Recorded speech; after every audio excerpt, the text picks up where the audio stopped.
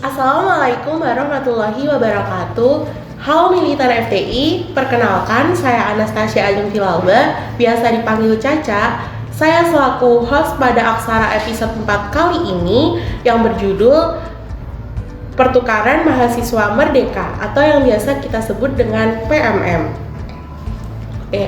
Kita mengundang narasumber yaitu ada Kak Ayunda. Halo Kak Ayunda. Halo. Kak Ayunda gimana nih kabarnya? Alhamdulillah baik. Ada pepatah tak kenal maka tak sayang. Boleh nih Kak Ayunda kenalan. Halo militan FTI, namaku Ayunda Oktaviani dari Agroteknologi Angkatan 2020. Aku salah satu alumni dari PMM Angkatan 2. Mungkin bisa ya diceritakan kesibukan Kak Ayunda sekarang. Kesibukan aku sebagai mahasiswa biasa aja sih, terus ngikut himpunan, terus jadi salah satu asisten praktikum juga. Mungkin banyak nih dari militan FTI yang ingin mengetahui tentang program PMM ini. Nanti ada beberapa list yang aku ingin tanyakan ke Kak Ayunda, bisa nanti Kak Ayunda langsung jawab aja ya. Iya.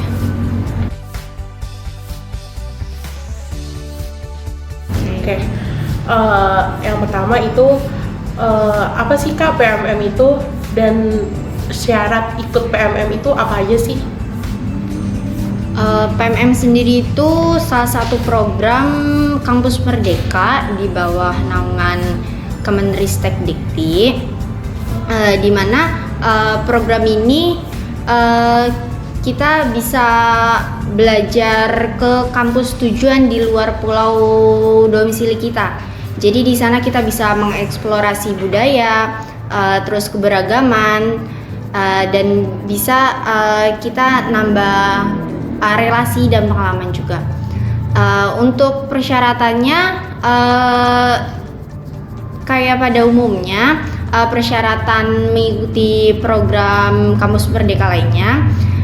Mungkin syaratnya itu kita pada saat pendaftaran itu minimal semester 2, kemudian mahasiswa dari salah satu kampus di bawah naungan Kemenristek-Dikti.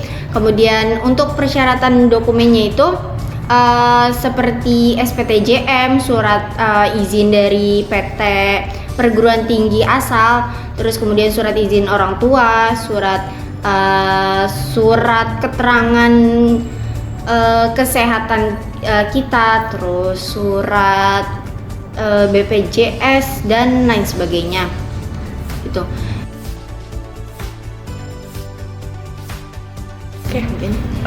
Kegiatan apa saja sih Kak yang ada di dalam PMM ini? Untuk kegiatannya sendiri, di sana kita mengikuti kegiatan belajar mengajar seperti biasanya, kemudian ditambah dengan adanya kegiatan modul Nusantara.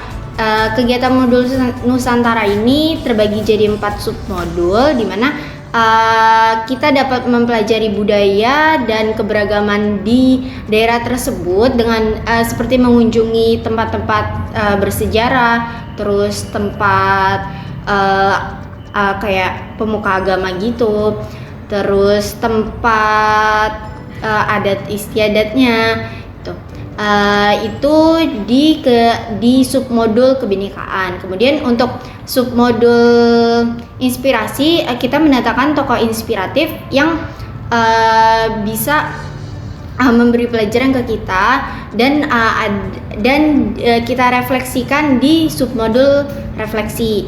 Kemudian ada juga submodul kontribusi sosial, di mana kita terjun langsung ke masyarakat untuk membantu pemecahan permasalahan di masyarakat, seperti kayak kita di panti asuhan ataupun panti jompo gitu, atau di sekolah ataupun di rumah sakit.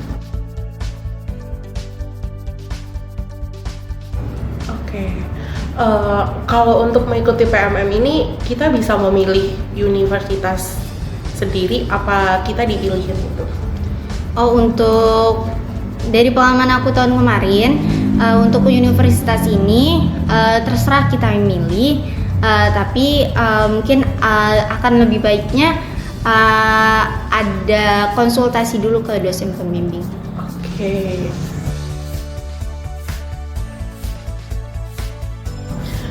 Selanjutnya, apakah PMM ini didanai oleh pemerintah? Dan jika didanai, itu apa aja gitu yang didanai oleh pemerintah? Oke. Untuk kegiatan PMM sendiri ini seluruhnya didanai oleh pemerintah. Untuk biaya yang didanai oleh pemerintah itu contohnya seperti biaya bantuan hidup, kemudian biaya akomodasi, terus biaya tiket pesawat, biaya untuk swab, dan biaya lainnya.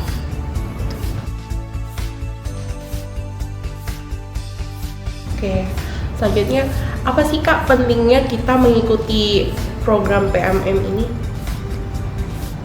Kalau dari aku sendiri, pentingnya ikut program PMM ini yang aku rasain ya, kita bisa nambah relasi karena kita bertemu dengan mahasiswa dari seluruh Indonesia yang dipertemukan di kota itu. Kemudian kita bisa dapat wawasan dan pengalaman baru dari kegiatan sehari-hari kita di sana. Gitu sih. Bisa bertukar pemikiran juga ya. Iya.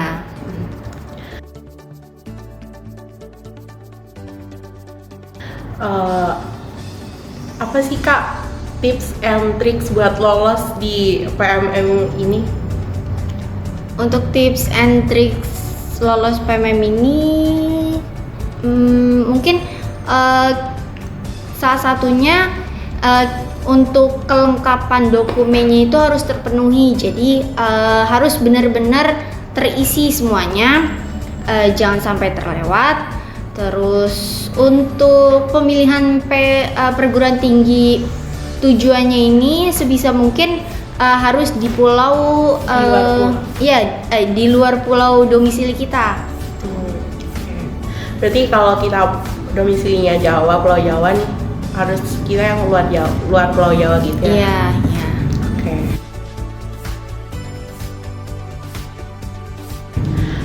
Selanjutnya, apa saja alur yang dilalui untuk mengikuti PMM ini? Untuk alurnya sendiri dari mulai perguruan tinggi asalnya, kita bisa mulai konsultasi dengan dosen pembimbing, lalu kita isi dokumen persyaratan di web PMM-nya.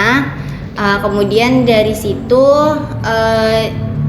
diseleksi dari pemerintah.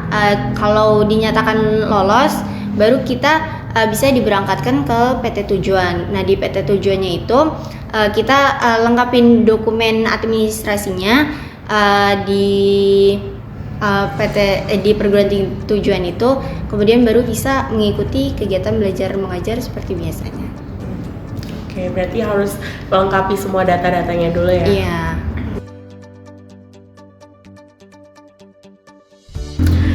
Ada kendala nggak sih Kak selama mengikuti PMM ini dari awal pendaftaran sampai selesainya PMM ini? Untuk kendala sendiri yang aku rasain, mungkin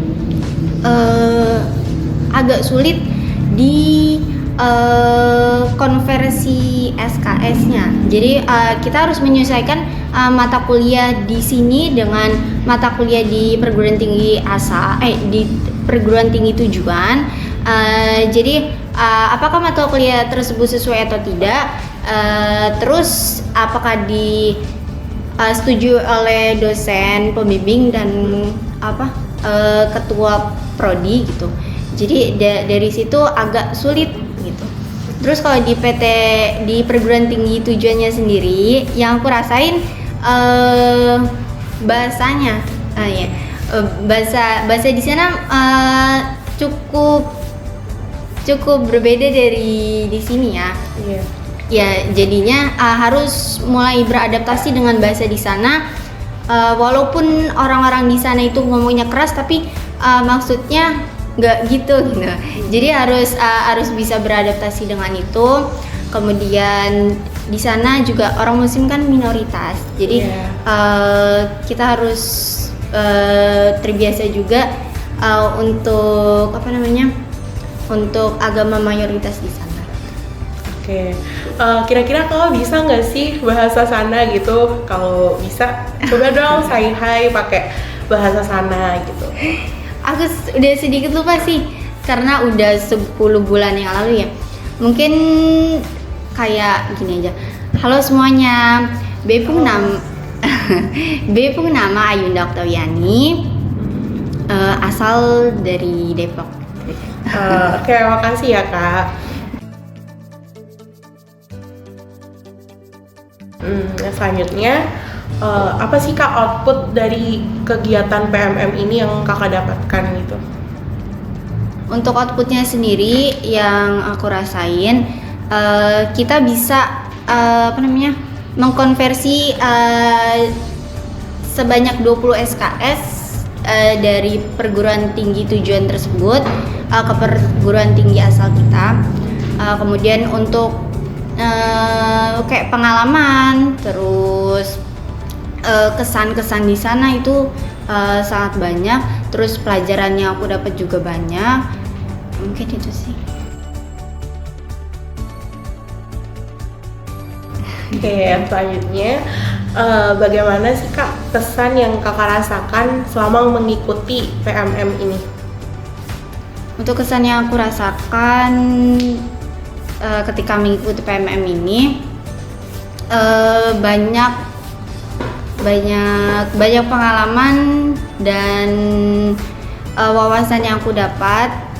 Kemudian pelajaran dari kehidupan sehari-hari di sana juga bisa dijadiin motivasi untuk kedepannya gitu.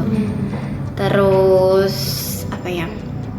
berkunjung ke beberapa pulau di Nusa Tenggara Timur itu sangat mengagumkan karena keindahannya cukup cantik-cantik.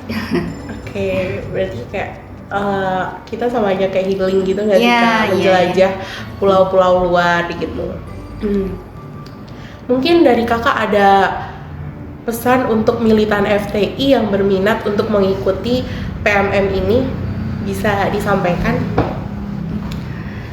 Buat militan FTI yang tertarik untuk ikut PMM ini, jangan ragu, jangan takut. Kalian bisa coba daftar aja dengan mengikuti persyaratan yang ada. Terus dari situ kita bisa memilih perguruan tinggi tujuan yang kita mau, bisa keluar pulau karena di sana juga pasti banyak pengalaman yang didapat. Itu aja sih. Jangan lupa daftar ya guys. Oke, mungkin dari aku boleh banget nih teman-teman militan FTI yang berminat untuk mengikuti PMM ini bisa banget ikut open regis di tahun depan. Jangan lupa daftar. Terima kasih ya Kak Ayunda atas sharing-sharingnya kali ini. Kami sangat terbantu atas informasi-informasi yang Kak Ayunda berikan. Kurang lebihnya dari kami, wassalamualaikum warahmatullahi wabarakatuh.